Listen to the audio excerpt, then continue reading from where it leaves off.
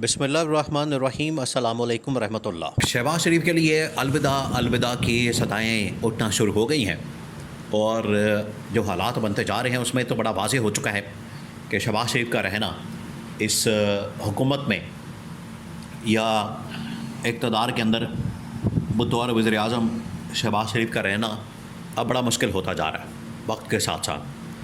जो वक्त गुज़र रहा है उसी तरह से शहबाज शरीफ के लिए इक़्तिदार के अंदर रहना बड़ा मुश्किल होता जा रहा है। उसके पीछे बहुत सारी वजूहात हैं, बहुत सारी वजूहात हैं। अब एक एक करके वो सामने आ रही है और इनको पता लग रहा है, इनको अंदाज़ा हो रहा है कि पाकिस्तान के अंदर जो हालात बन चुके हैं, जो सिचुएशन बन चुकी है, इस सिचुएशन में, इस सिनारियो में गवर्नमेंट तो आवाम की ख्वाहिशों पर पूरा नहीं उतर सकती, गवर्नमेंट तो आवाम के मसाइल को हल नहीं कर सकती, जिसकी वजह से शहबाज शरीफ की छुट्टी रिटन ऑन द वॉल है, यानी नविश्ता दीवार है कि दीवार के ऊपर लिखा हुआ है बड़ा क्लियर।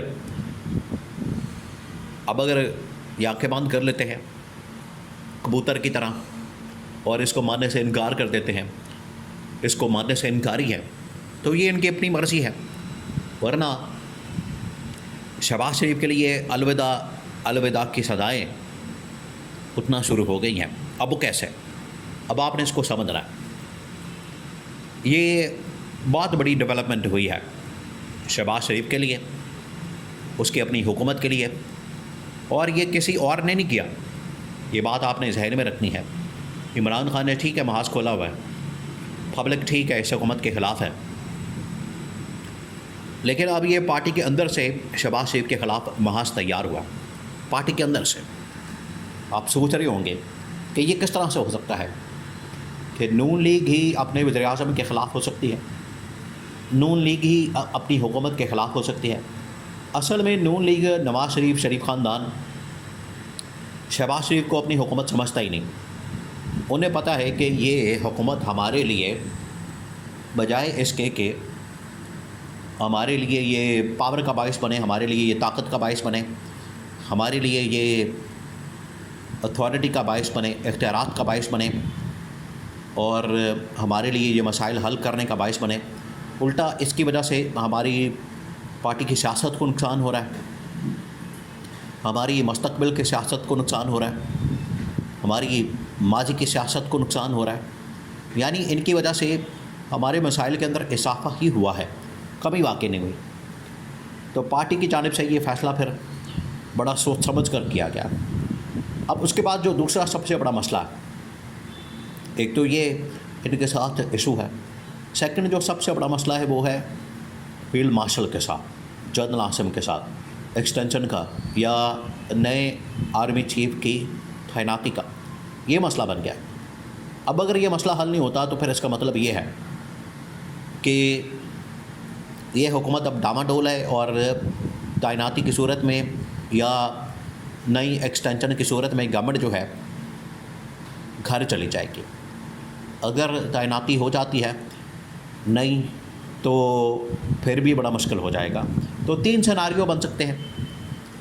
पहला सिनारियो है एक्सटेंशन, दूसरा सिनारियो है किसी की अपॉइंटमेंट को आगे बढ़ाना, तीसरा सिनारियो है नए आर्मी चीफ की तैनाती। ये तीन सिनारियो हैं। अगर तीनों सिनारियो बनते हैं, तीनों में गवर्नमेंट का रहना बड़ा मुश्किल है। ये आप याद करें जनरल रहील शरीफ का दौर। जनरल रहील शरीफ के दौर में जब नवाज़ शरीफ की हुकूमत थी 2013 से 17 के दरमियान, 3-4 साल के, जनरल रहील शरीफ के साथ यही फटा पड़ गया था। वो एक्सटेंशन मांग रहा था, ये एक्सटेंशन देने के हक़ में नहीं थे। वो मांगते मांगते घर चला गया, इन्होंने नया आर्मी चीफ लगा दिया और गवर्नमेंट फिर भी इनकी फारग हो गई। आप अंदाज़ा करें, इन्होंने बड़ा चुन के, बड़ा देखभाल करके जनरल बाजवा को लगा दिया था आर्मी चीफ। उसने आके साल के अंदर ही इनकी हुकूमत को घर भेज दिया, ये नवाज़ शरीफ की। तो ये माजी की ऐसी मिसालें हैं जिनको रद्द नहीं किया जा सकता, मुस्तरद नहीं किया जा सकता और उससे सबक हासिल करना चाहिए। अब इनको थोड़ा बहुत आइडिया हो रहा है, इनको अंदाज़ा हो रहा है कि माजी के अंदर हमारे साथ क्या हो चुका है और माजी के अंदर हमारे साथ किस किस्म के मामलात हुए हैं।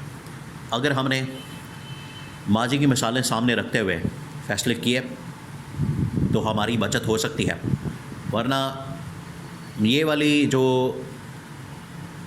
अपॉइंटमेंट है एक मरतबा फिर हमारे हुकूमत के ऊपर भारी पड़ सकती है। अब ये जो 3 सिनारियों हैं, इन तीनों सिनारियों में नवाज़ शरीफ और मरीम नवाज़ अपना बेनिफिट निकालना चाहते हैं।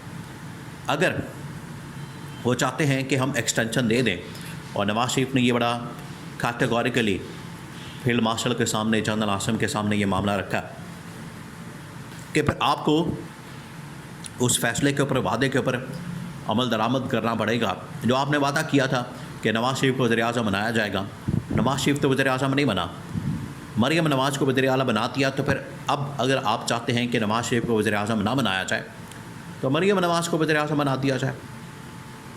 ये अब इस बात के ऊपर, इस पॉइंट के ऊपर डील हो रही है।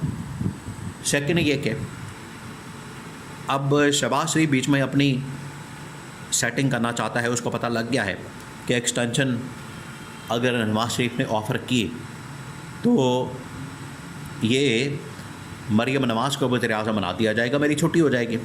इस वजह से शहबाज शरीफ ये कह रहा है कि एक्सटेंशन मैं देने को तैयार हूँ, लेकिन मुझे ही वज़ीर-ए-आज़म रहने दिया जाए, और नीचे जो पंजाब गवर्नमेंट है इसको फारिग कर देते हैं और दोनों को डिस्क्वालीफाई करवा देते हैं।